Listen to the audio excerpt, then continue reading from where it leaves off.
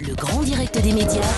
Télé-délire. Jean-Marc Morandini. Bonjour Benjamin. Bonjour Jean-Marc, bonjour tout le monde. Benjamin Josse, qu'avez-vous regardé à la télé hier? Eh bien, je me suis intéressé à l'émission culturelle de TF1. Oui, il y en a une, celle qui fait remonter le QI de la chaîne. J'ai regardé Dora l'exploratrice à 7h du matin. Alors, pour ceux qui ne connaissent pas, c'est un dessin animé qui aide les enfants à apprendre à compter et à lire. Dora parle même anglais la moitié du temps. En fait, quand on y pense un peu, Dora, c'est la Mia Fry des mioches.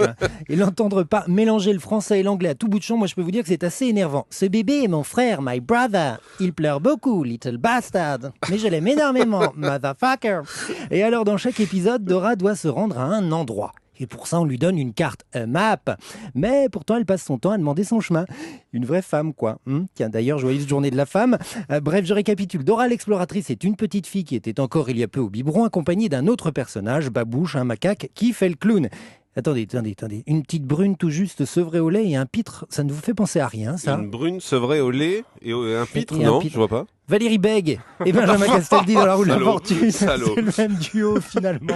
Bon, on enchaîne avec 4 mariages pour une lune de miel. Oui, cette semaine signe le grand retour de cet embarrassant concours. Un concours au concept un peu léger, si vous voulez mon avis. D'abord, élire le plus beau mariage, c'est un peu réducteur. Je ne sais plus qui a dit ça, mais ce n'est pas inintéressant. Un beau mariage est souvent le contraire d'un bon.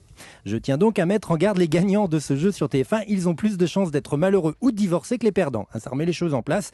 Et puis je vais être franc, c'est un peu flou comme concours. Non mais c'est vrai, il existe plusieurs genres de mariages. Ce serait bien de leur rendre hommage. Tenez, pourquoi pas 4 mariages blancs pour un titre de séjour? Ce serait bien ça. Qui feindra le mieux l'amour? On tient un concept. Sinon, j'ai aussi 4 mariages forcés pour une dot. Bon, là, ce serait le contraire. Le mariage le plus glauque remporterait une somme d'argent conséquente. Et enfin, j'ai aussi, ça c'est, les gens de la haute vont adorer, 4 mariages consanguins pour un pédigré. quelle horreur. Alors, cette fois-ci, c'est seul le couple gagnant garde sa particule. Moi, j'aime bien sûr.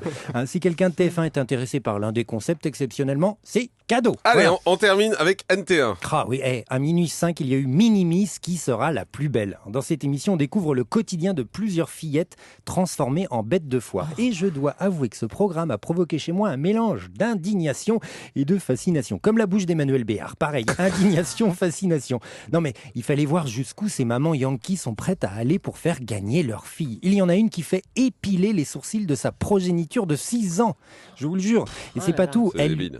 Elle lui a acheté un dentier pour qu'elle ait un Non. plus joli sourire. Si, un dentier à 6 ans. La pauvre fillette a un âge où elle croit encore que la pilule du lendemain, c'est la pilule que tu prends le soir pour te réveiller le lendemain. Et on l'a travestie déjà en obscène poupée. Eh ben, vous voulez que je vous dise? Moi, je vais pas y aller par 4 chemins.